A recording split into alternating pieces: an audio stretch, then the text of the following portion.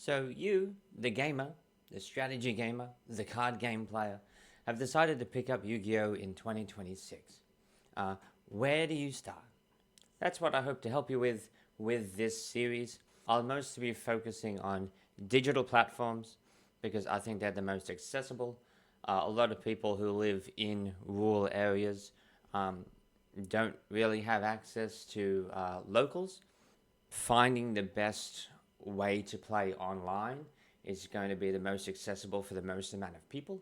One of these platforms, Masterduel, is the equivalent rule set to the TCG, the paper cards, but just made digital. And the other one is Duel Links, which is a more simplified version of the game using a different rule set, less zones. It's slightly different. It's still in the same vein, but slightly different.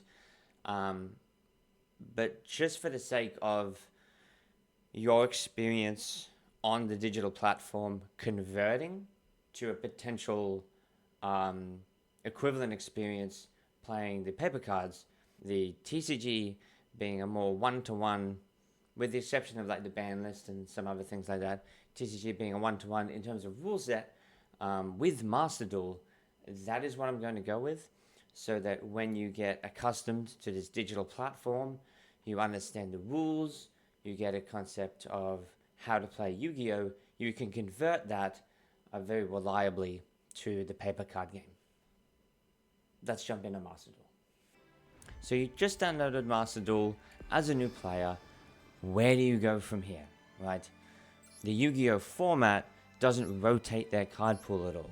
So there is 20 plus years of cards to try and discern and work through and determine which ones that you like, which archetypes you sort of mesh with, that you enjoy playing, and that can keep up in the current metagame, right? Because you want to win still. Everyone likes winning. One of the issues that you're going to run into is that in a free-to-play system like Masterduel, it can be very difficult to recuperate and kind of dig yourself out of this hole if you end up deeply investing in a deck, end up not liking it, or it's not performing how you thought, and then you're kind of stuck, and it can be very difficult to get yourself out of that situation. So there exist a few options to try and fix this problem, right? One of the options is to look at various sources like the in-game replays, YouTube videos, streams, or maybe go to like websites that do tier lists and things like that, those kinds of resources. And you can look at those, see the gameplay loops that those decks sort of revolve around, see if that's something you're interested in, and sort of reference that with like YouTube videos talking about, is this viable?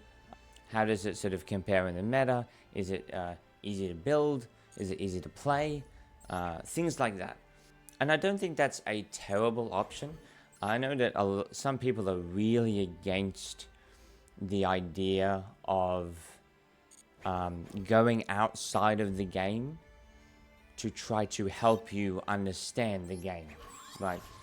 But if you use these other resources, take the time to learn through them, you're going to have a much better experience. And I don't think that there's anything wrong with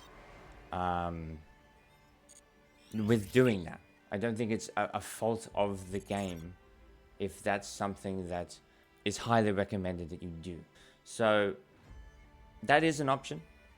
Another option is the solo mode.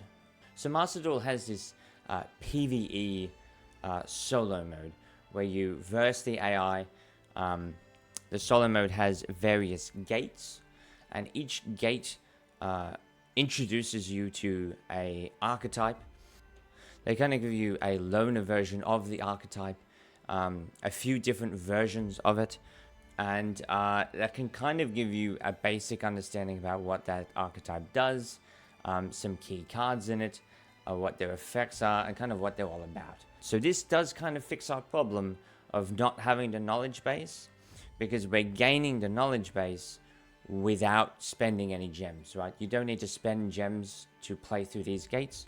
You can just jump right in, play through it, gain the knowledge without having expended any resources.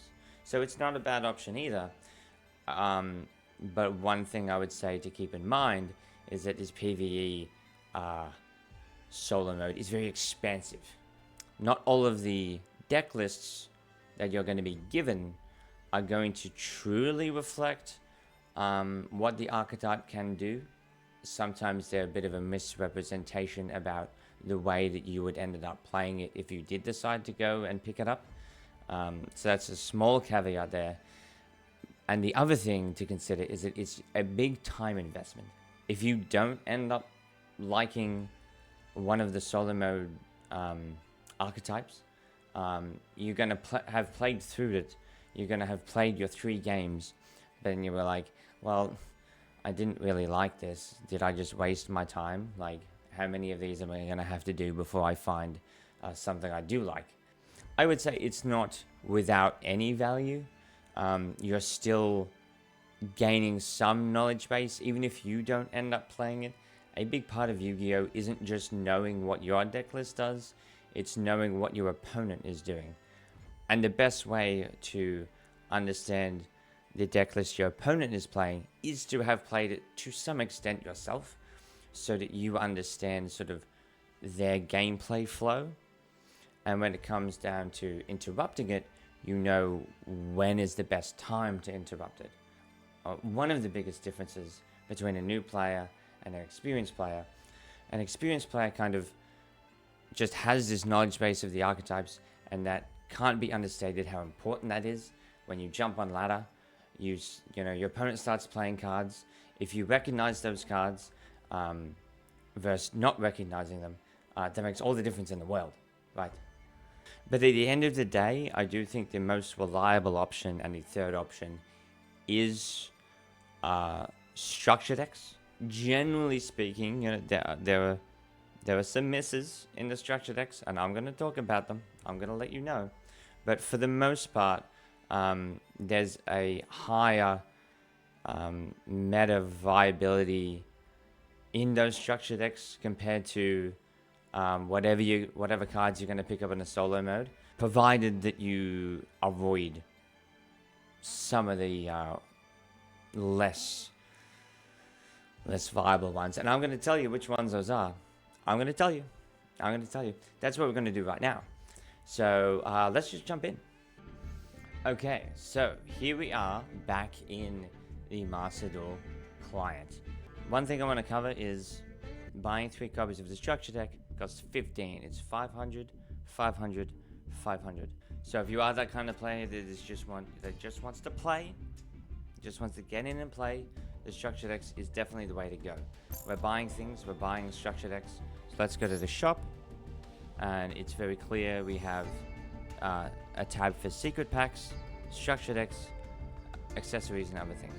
So we end up on this page, and there's a lot to work through, right? A lot of options. Some of them are good, some of them aren't. Let's figure it out. Alright, so we're going to click on the first one, Dark Magical Blast. As far as the structure decks go, I would say that Dark Magician is a tier 1 strategy. It doesn't have the highest ceiling in the world, but it can perform. It's pretty consistent. The ability to banish your opponent's monsters can be very powerful. So eventually you will hit a bit of a wall, but before you hit that, I think that you're going to have a pretty easy time in the sort of lower ranks of the ladder.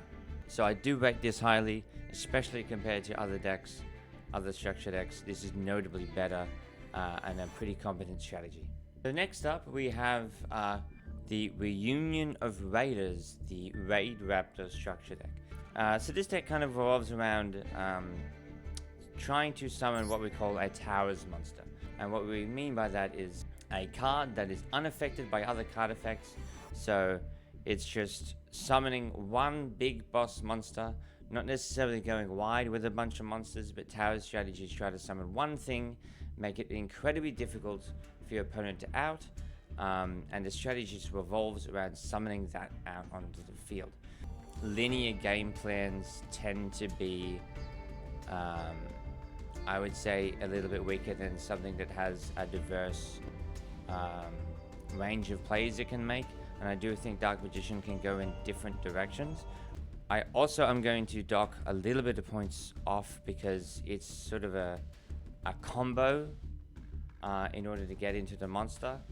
As a new player, it can be difficult to learn combos. Summoning one of these monsters in plenty of games will just win you the game. So it's not unplayably bad, it's not right at the bottom. But I don't think it's as good as Dark Magician. It's notably just not a huge step down, but a step down nonetheless. Next up, let's talk about Crimson Powerforce. This is an easy one. This is an easy top tier. It's on the same level as Dark Magician. I think it's probably even better. This deck is incredibly consistent in what it can do. And in terms of the monsters that you summon and the end boards you can make, it's much more powerful than what Dark Magician can do. You're not just ending on monsters, you're also ending on back row. This is an easy one. This is an easy top tier. Next up, we have the Heroes Union structure deck. How viable do I think this deck is? I would put it right in the middle. Sort of going first, what you basically want to do is get access to favorite contact by summoning Elemental Hero Flame Wingman Infernal Rage. You can add this card to your hand. You can then favorite contact in order to summon this on your opponent's turn. And this can destroy cards your opponent controls up to a number of different attributes among the monsters on the field. But this deck is a little bit linear. Going first, it really doesn't do much outside of that, but it's not unplayably bad. So it's going right in the middle. Next up, we have Origin of the Galaxy. So where do I rate this one? I'm going to rate this one also in the middle. It can definitely OTK quite easily if you're going second. However, even though it can do that, it often doesn't. Going first, extremely limited in what you can do. You would really only ever want to go second, in my opinion. So not great. Very close to putting it at the bottom, but I think it just manages to redeem itself just enough to get itself out. Next up, we have Blue Eyes Max. It's the Blue Eyes White Dragon, everyone. Look, it's the Blue Eyes. Okay, so how viable is this deck? I'm putting it in the middle as well. A lot of them are going to be in there. A lot of them just exist in this weird space of not being completely unplayable, but not being fantastic. This strategy also has a boss monster it can summon, but the ways of getting into it is much simpler. So I do think this is notably better than Raid Raptors in terms of an overall strategy, because it can do the Chaos Max Dragon summon a tower strategy, but there are some other things going on as well. There's definitely expandability here, but as far as the starting point goes, I do think it's pretty solid. You can definitely pick up 3 of this and end up with a very competent strategy. Next up, we have Hidden Arts of Shadows, the Ninja's structure deck. It's number 1, baby. So I don't always see a lot of people talking about the Ninja structure deck, but I rate it quite highly. This deck has consistency. You have cards like Hanzo, the Ninjutsu Art Notebook of Mystery. You have the Ninja Grandmaster Saizo. These cards are able to fetch different things from your deck for different situations depending on what you need. And also, in terms of its interaction, it plays in a way that your opponent's not going to expect. This deck also just doesn't sort of burn through all of its resources and then have nothing left on turn 3. This deck has a really good grind game potential. The field spell can get back resources. Baku can get back resources. This card, Senior Silver Ninja, it's a mass revival of your ninjas. This, I think, is a really slept on strategy. I love it a lot personally, so I have a little bit of a bias, but this is an easy one for me. Next up, we have Blackwing's Pride, the Blackwing structure deck. It's a 2. It's right in the middle as well. You're going to hear me saying that a lot. This strategy, as far as what this structure deck gives you goes, is mainly going to revolve around summoning the Blackwinged Assault Dragon. So when you pick up 3 copies of the structure deck, you're going to have 3 copies of this card in your extra. Your turn 1 is going to try and summon as many copies of this card as you can to the field, in order for every time they activate an effect, 700, 700, 700 to keep pinging down their life. If you're doing that against a heavy combo deck, you're in a really good position. It sometimes has a bit of a hard time getting its plays started, and it's also another one of those decks that just does the one thing. It's linear, it's a combo deck that can be difficult to learn and navigate, and it's inconsistent. So that's why it's not completely unplayable, but it's definitely not tier 1 status. Next up, we have Spiral Spear Strike. This structure deck is a little bit of a weird one. I'm going to put this at 3. This structure deck is going in a lot of different directions that I feel like as a new player you should try and steer away from. It might not be super obvious, but this is trying to do like 3 different things, and so even trying to just make the deck and try and figure out which one of those things that you should be focusing in on, right out the gate it gets a bit confusing. And even if you go all in on the most viable part of the structure deck, which I think would be the Super Soldier, it's still not great, to be honest. You can take this Black Luster Soldier, you can play it in a bunch of different decks, primarily ones that use level 7 or higher monsters in order to get this effect here, but it can be what we call splashed in a bunch of different decks. So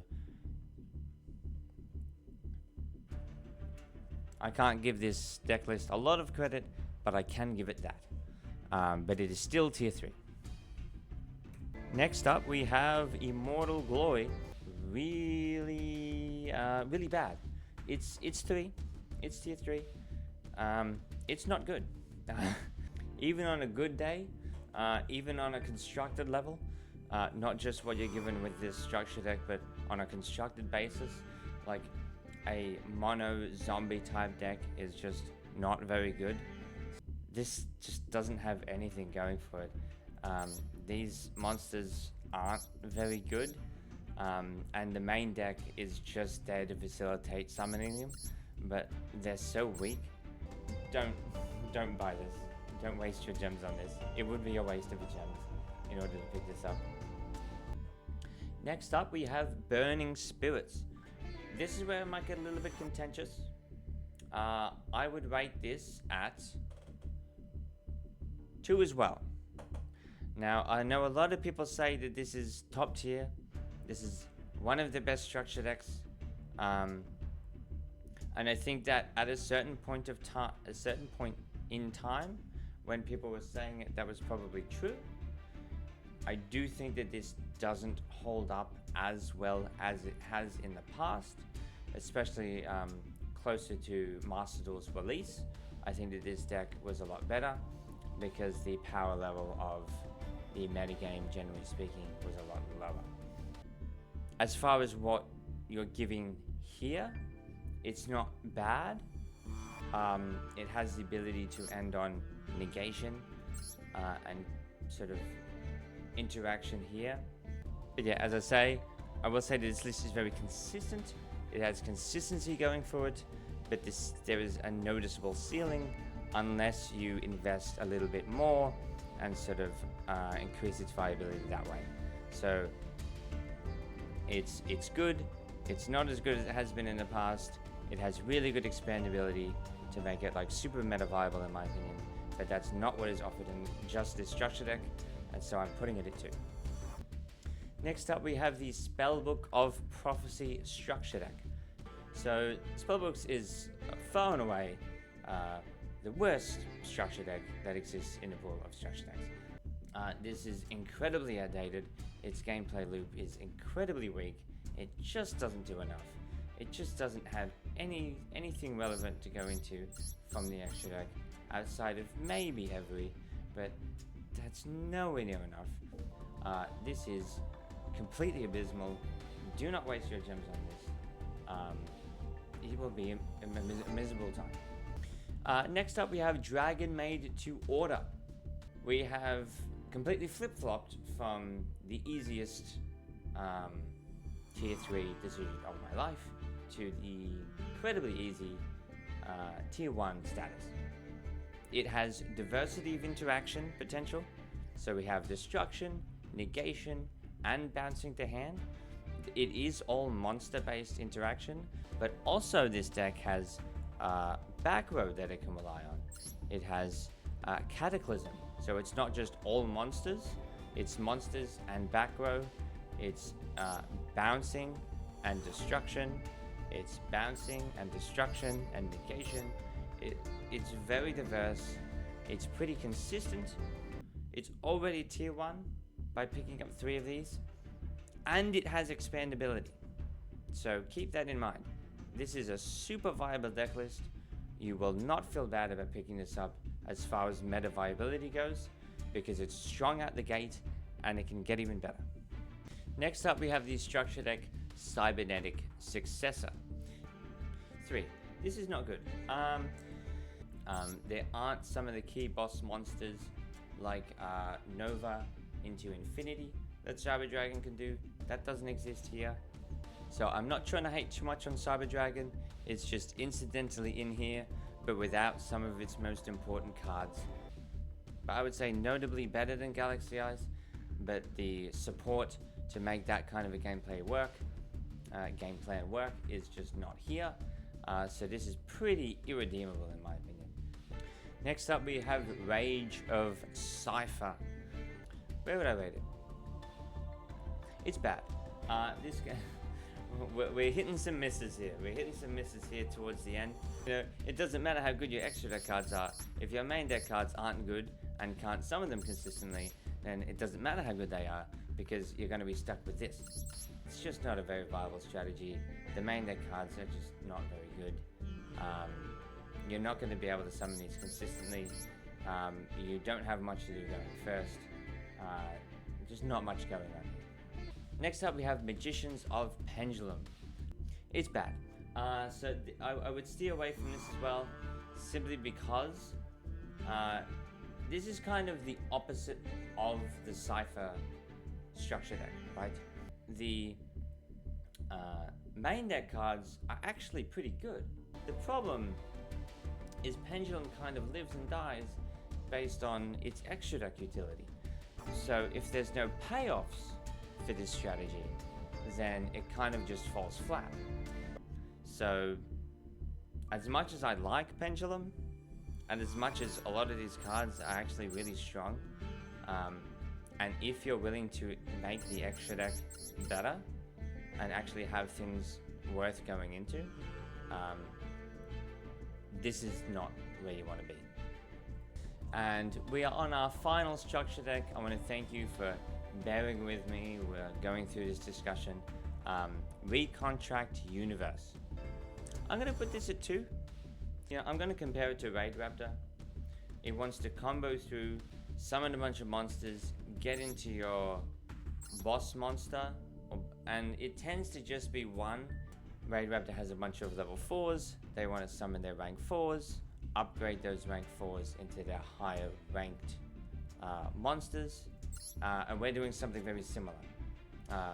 And we're doing it to facilitate ending on a singular boss monster that has a lot of protection. I think that this is marginally better because it also has the ability to set up a little bit of negation. For that reason, I'm putting it on the same tier but you can pretty much, these are very, very comparable in my opinion.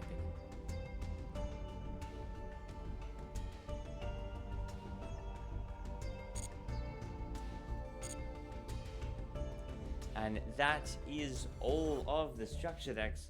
A lot of tier 2s, I know, that just tends to be how it works out. Pay attention to those tier 1s, the Dragon Maids, the Red Dragon Archfiends, the Ninjas, the Dark Magicians. Keep an eye on those ones. They're really good. I recommend them very highly. Tier 2, again, if it's something that you think you're interested in, give it a go. Some of the tier 2s do have expandability, like the Salamangreat, for example. So, and that can propel it to be better than some of the tier 1s. If you're willing to invest a little bit more into it, it can shoot up to be way better than some of the tier 1 decks can be, even with expandability. So that's something to keep in mind. And stay away from tier 3, realistically. Don't really consider tier 3. It's just not good, and it can't get any better. Don't touch them.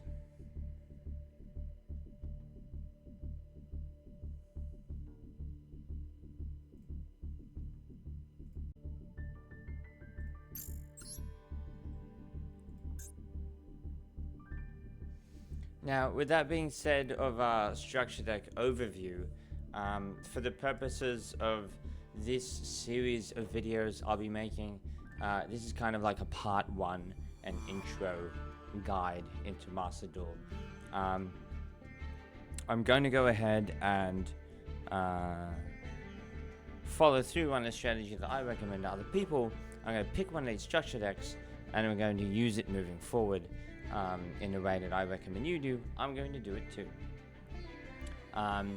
And if you're following along with the structure deck discussion, you probably know which one I'm going to pick. It's one I have a bit of a bias towards.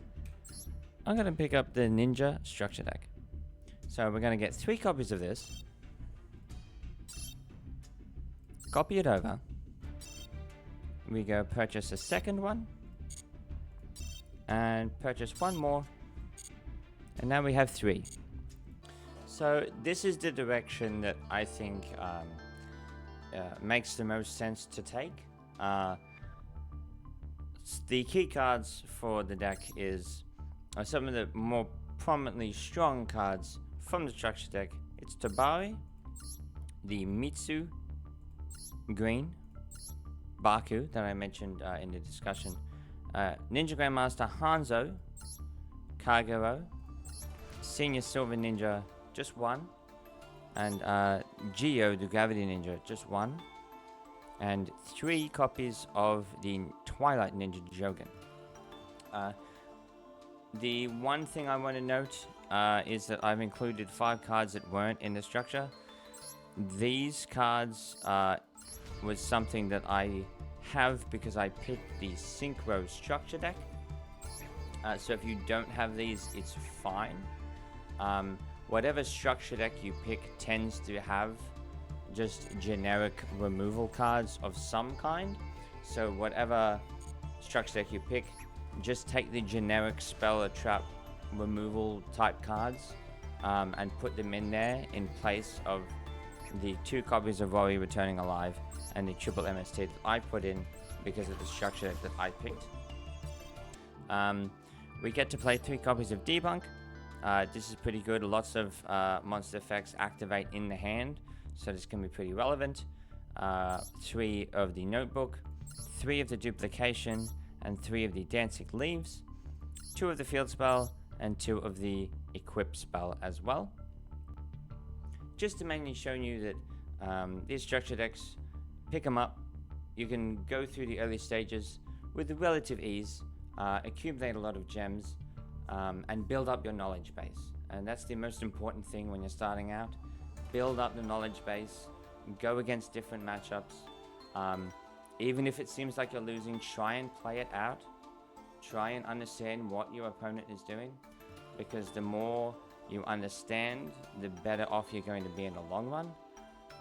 Just in terms of what they're doing, how you match up into different kinds of decks, all that kind of thing. So I'm not too sure how I want to divide things up.